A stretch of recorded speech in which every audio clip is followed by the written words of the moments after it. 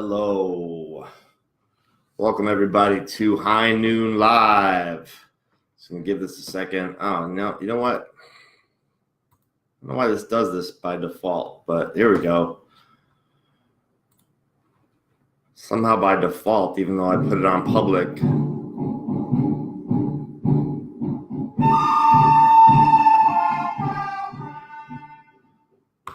This is my new soundtrack. Welcome. Today is the second day of High Noon Live with me, Brian Keith Noonan, and you. And this is our second shot at this. Welcome for tuning in. If you can hear me and see me, please let me know. Let's see who's here today. Guess give it a second to get started here. Hey, there's Tiffany. Tiffany, give me a heads up if you can see me and hear me, please. So, High Noon Live, what the heck is this thing? I had an inspiration last week to create an interactive forum, midday boost for entrepreneurs, something where we could get together with like-minded people and share some good ideas to take you higher. That's the tagline of High Noon Live, ideas to take you higher. So today we're going to be talking about habits. And apparently the audio and video are good. So that's excellent. First of all, yesterday, which was my very first Facebook Live, I got some experience with the platform and also with the amount of content that will fit into a half hour, which is what this is intended to be. So I went a little overtime yesterday, and a lot of the topics covered would deserve their own session. So we will be circling back on a lot of the things that we talked about and getting them into them in more detail. But for today, we're going to be talking about habits and why they're so important. Okay. Right now, only one of you is watching. So Tiffany, do you tend to think of habits as a big thing or a small thing? Thank you for coming, by the way. I'll tell the rest of you and whoever's watching the recording, I personally think, and this is not from any of my readings, I'll mention the books that were resources for this and any other coaches and mentors that have influenced my ideas about this, in addition to my own experience, obviously. But I believe that all challenges can be traced back. When I say challenges, some people call them problems. Okay, so challenges, AKA problems, or otherwise known as problems, can be traced back to our habits, whether they're habits of actions or habits of thinking. And that just came to me today, but I've been digging deep into habits, my own, and working with clients on habits. And they're really, really more important. I would like to posit that they are more important than we think. So just to start out, if you're new here, welcome to High Noon Live. I'm Brian Keith Noonan. And the idea of this is, if you're an entrepreneur, many of us are solopreneurs. We work on our own most of the time. Even if we have teams, very often there are virtual teams. They're not in the same place, and we're not typically interacting with them on more on things outside of the business. So this is a refresher for you, reminder, perhaps something thought-provoking will come from this, And the idea is to give you actionable inspiration to take forward in your day and your week. And you're successful if you're in business for yourself and you're watching this. You're successful, but progress is really what makes us happy. Very often, people think, all right, well, when I get this, when I make this amount of money, or when I get this car, this house, or have this relationship, I'm going to be happy. But realistically, as you know, when you've gotten those things, the happiness factor plateaus.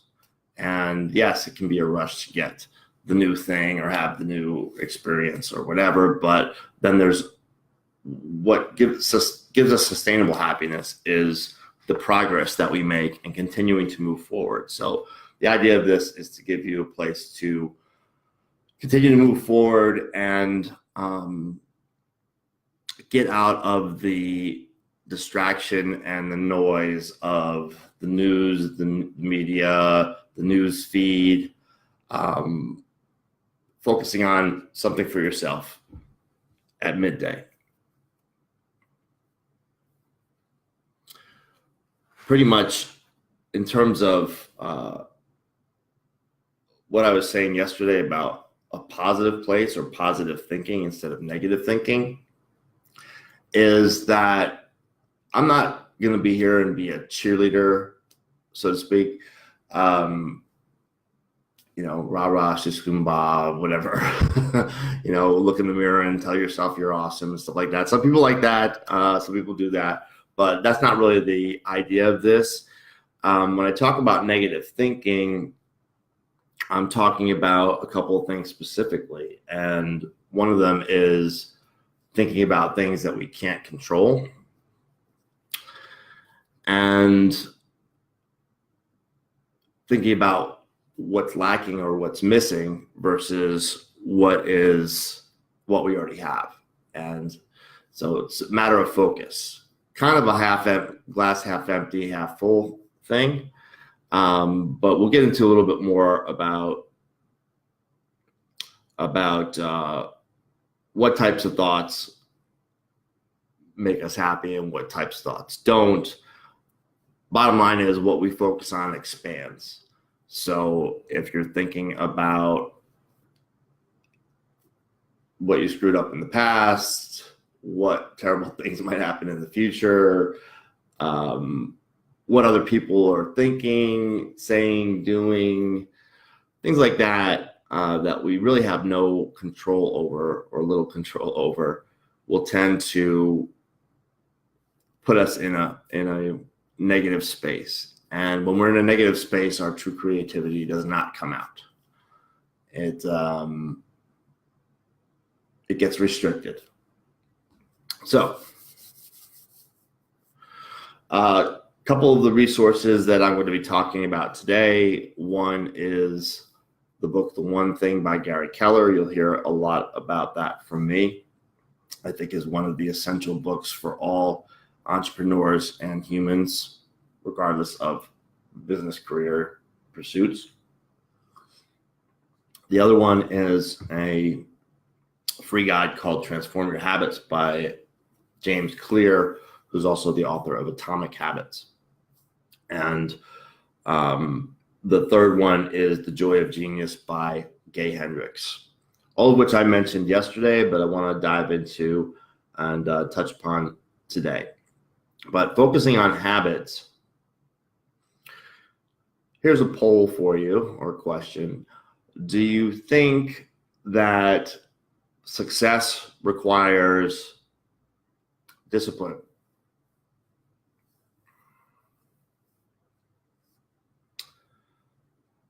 Because as Gary Keller points out in the One Thing, chapter 6 specifically, discipline isn't as important as we're led to believe. And if we use the leverage of habits, which take some discipline to start, but once they become second nature, just carry on, almost automatically and build in small steps on these habits, then the things we need to do to be successful and maintain our success and expand our success and happiness. And success is different for everybody, but we're in business, we're entrepreneurs. So, continue to make more money, have more freedom, free time, quality lifestyle, spending time with loved ones, having time to yourself, et cetera, whatever the case may be.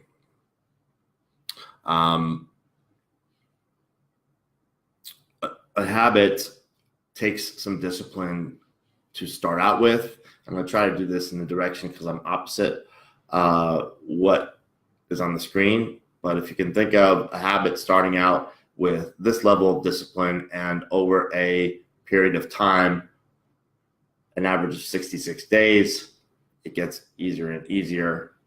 And then this second nature, like muscle memory and so forth. So really the discipline required is not constant discipline, but enough discipline to get each habit started and become second nature and then go from there. I'm not going to make moral judgments on whether your habits are good or bad. A particular habit is good or bad, but my definition of whether a particular habit or action is good or bad is it producing the results that I want?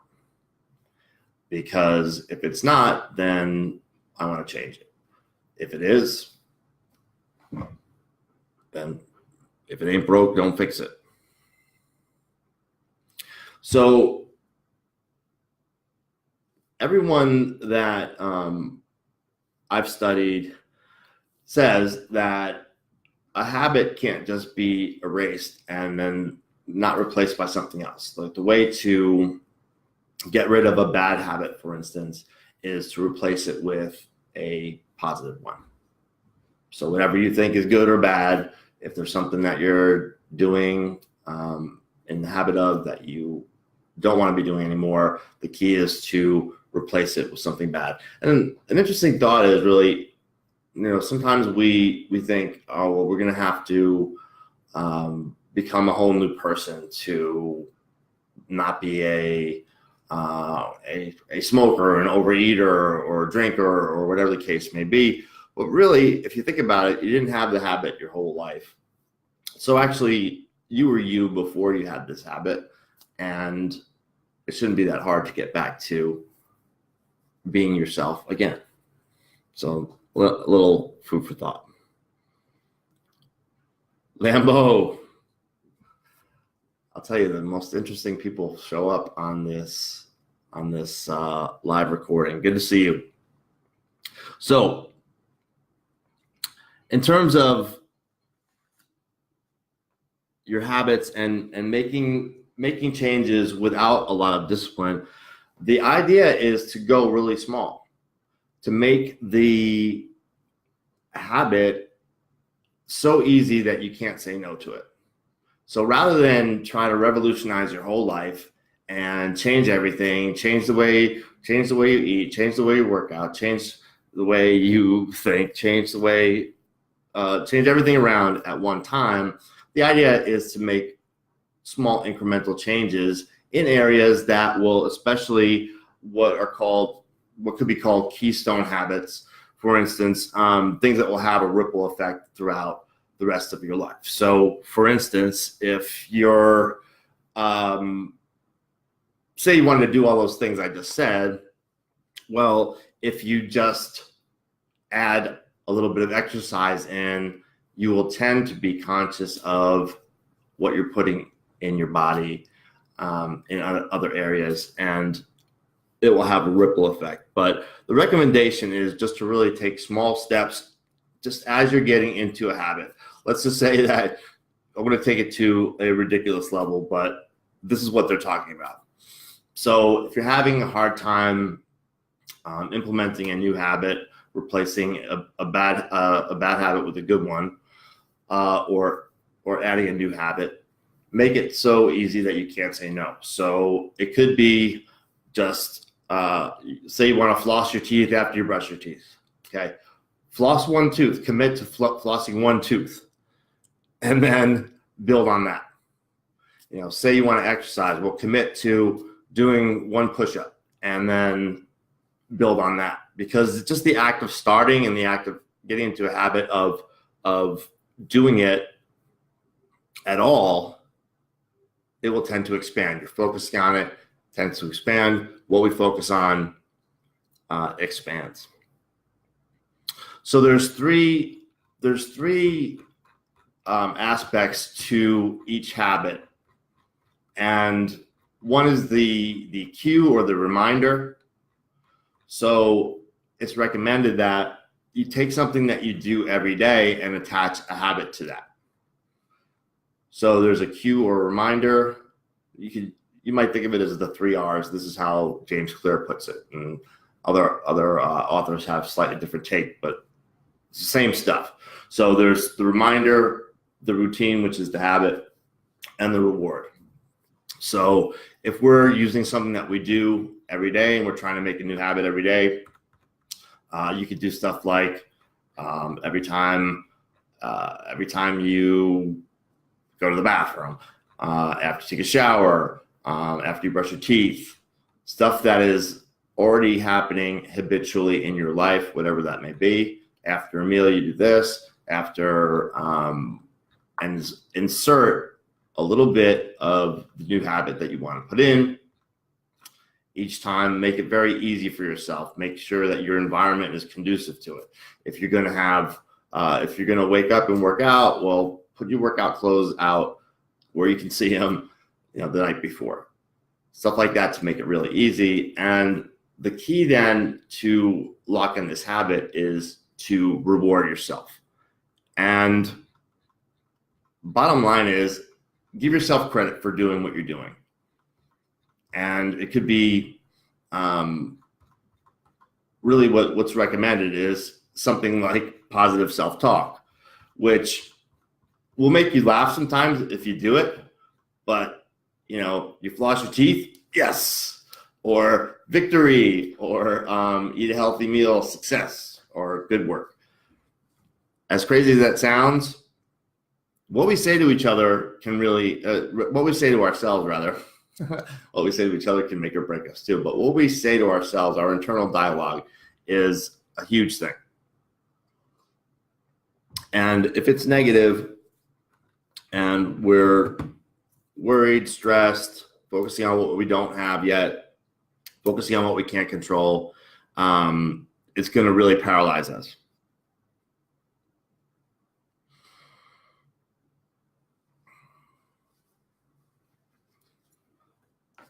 The idea of going so small that you can't say no to it. If you're not working out and you are going to, you decide to work out an hour a day, you may do that for a little while, but chances are it's not going to become a habit. So a better idea would be, I'm going to take a 5-minute walk, or I'm going to do 5 push-ups or burpees or whatever you like, stuff like that. And then build on it. It's one of those counterintuitive things that I love to talk about, that we're going small to go big. It doesn't require a lot of discipline. It'll build on itself, and then it'll become a habit. It'll expand. And as the good habit expands, the bad habit, it fills the vacuum of the bad habit.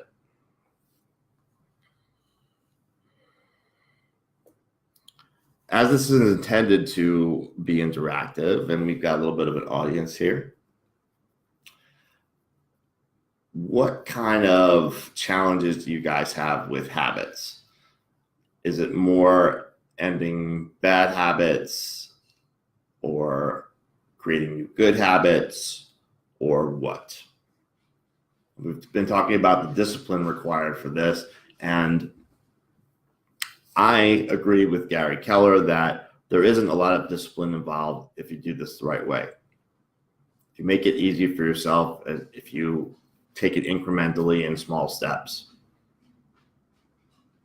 Now, as I said yesterday, and I'm gonna probably say on every call that I do, every one of these I do, I am by no means a perfect example of someone who has mastered all these things that I'm talking about.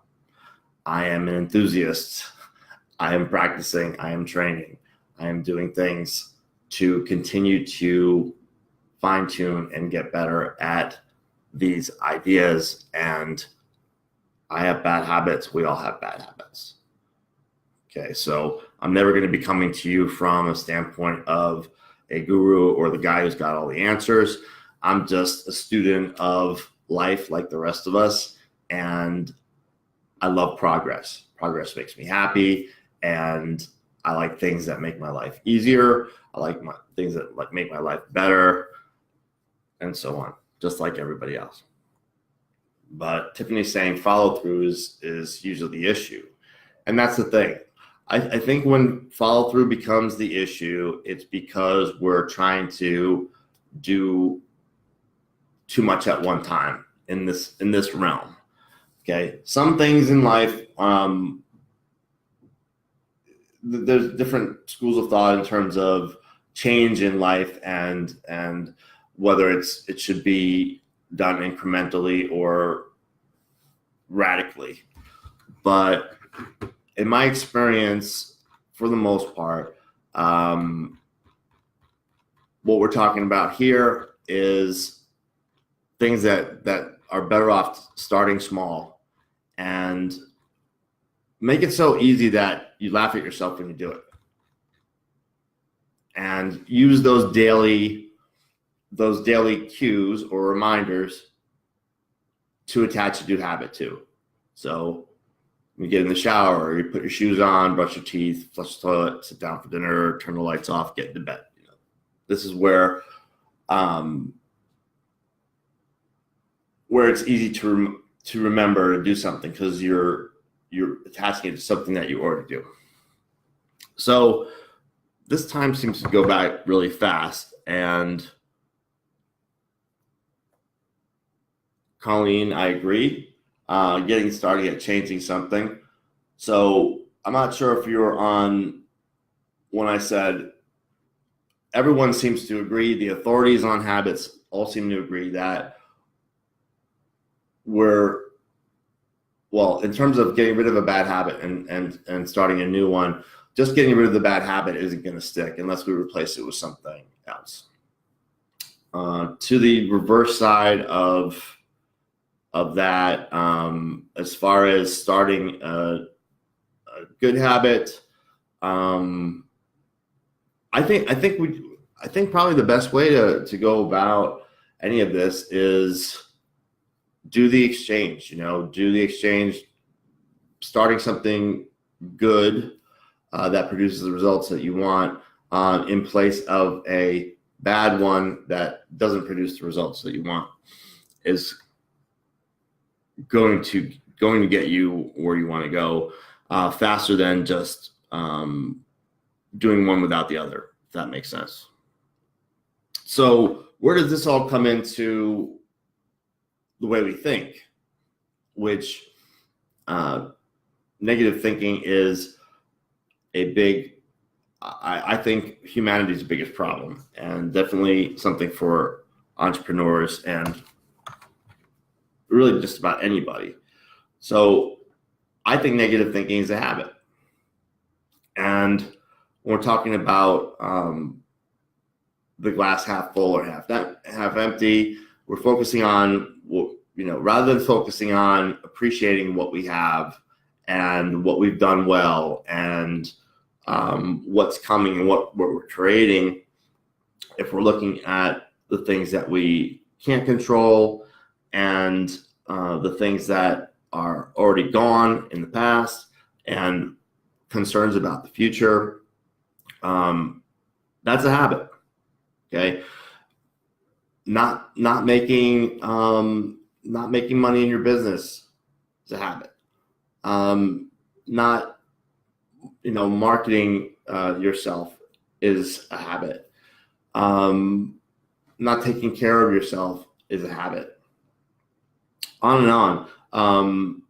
but our thinking has to be in order for us to really give ourselves a chance with this whole thing. And James Clear talks about in his Transform Your Habits guide, which I'll post on this so you can read it. But he talks about the identity factor and what type of person that we're being. So if we can think of ourselves as someone who eats healthy, or someone who doesn't smoke, or someone who doesn't drink, or someone who works out, or whatever, he talks about the layers of behavior change. And our identity, if you can picture concentric circles, our identity being in the middle of it, and then our performance around that, which is the actions that we take, and then the appearance of the result and the way the world perceives us and things like that. So if we believe we're the type of person that never misses a workout, typically people will go from the outside in terms of these habits. And the better way is decide the type of person that you want to be. I'm the type of person who succeeds effortlessly. I'm the type of person that makes a lot of money. I'm the type of person that is healthy. And then prove it to yourself with these small wins and these incremental increases in the habits. So we're kind of coming up toward the end here. I'm going to post that guide in the comments of this live so that you can check it out. But what we covered today, in summary, pretty much, and I'm interested in any other comments. If you guys, hey David, if you guys have them. If you came in late, please check out the replay. It'll be up shortly after this, just gets processed or whatever. But we talked about how my belief that every problem, aka challenge, can be traced back to a habit of action or thinking that's not producing a result that we want. And we went over some ways to easily and incrementally swap out bad habits, good habits for bad habits. Went over the 3 steps of each habit in terms of a reminder, a result, and a reward. Reminder being something that you use, that you do every day, that you just attach a new habit to. The result is the new habit, and the reward is congratulating yourself for doing it. So we don't need a lot of willpower. We don't need a lot of discipline. We just need enough to get that habit down to a muscle memory type, second nature type thing. And then once we do that, we can either expand on that habit or work on a new one. I use something called, it's a habits app on Android.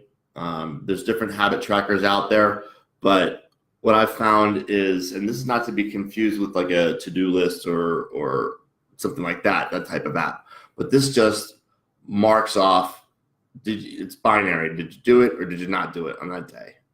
And you create a streak. If you can picture like a paper calendar, just putting X's on each day that you do something, creates momentum, and you don't want to break your streak, and creates consistency and things like that. So I'd highly recommend using something like that. Part of the reason that I'm doing this is I find that I'm working, not only working on my own business and life, but working with my clients and doing this business and mindset hybrid of coaching, that all these great ideas are coming through, and I want to share them with you guys out there. But I want to emphasize something. If you're in business for yourself, I don't know how you can, well, let me put it this way. Don't underestimate the power of having a coach or mentor, whether it's me or whoever else that you find that you feel like you have a good fit with, because doing it on your own is the hard way. It is absolutely the hard way, and it takes so much longer. And you think you're saving time and money, but you're not. So even if it's just a matter of a partner to be accountable with, the accountability factor is huge. So someone to keep you to your commitments. But there's coaches, there's mastermind groups, there's different things that you can be part of that I would highly, highly recommend. And some of the things we'll talk about on these High Noon live calls will be things I work with extensively with my clients and go a lot deeper on. But that being said, hopefully this is a little taste of a positive boost for you and can help you focus on your day, help you focus on the things that you want to achieve, and help you be happier, more content, and more effective and productive entrepreneur. So I'm going to wrap this up in just a minute. One recommendation from Gay Hendricks in the Joy of Genius book that I was referring to is, if you find yourself focusing on things you can't control, the past, the future, what other people think about you, or what they say, or what they do, shut that down. And to break the pattern or the cycle in your head, just think of something that you could do in the next 10 minutes that would contribute to your own happiness or the happiness of someone else. So it's like a pattern interrupt, and one with a good purpose.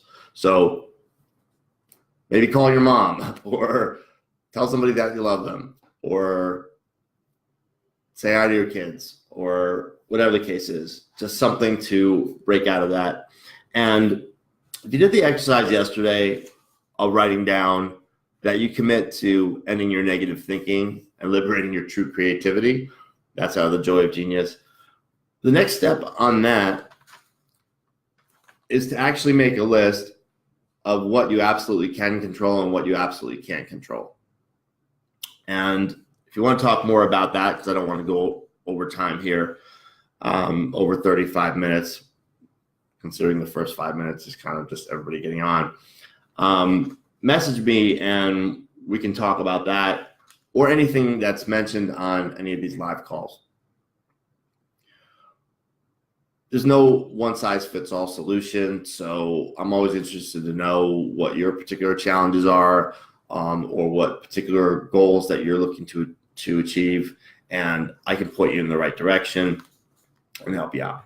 So, in finishing up, this is Brian Keith Noonan, High Noon Live. Thanks for tuning in, and I will see you most likely tomorrow, but if not, the day after for sure. Thanks for tuning in, everybody.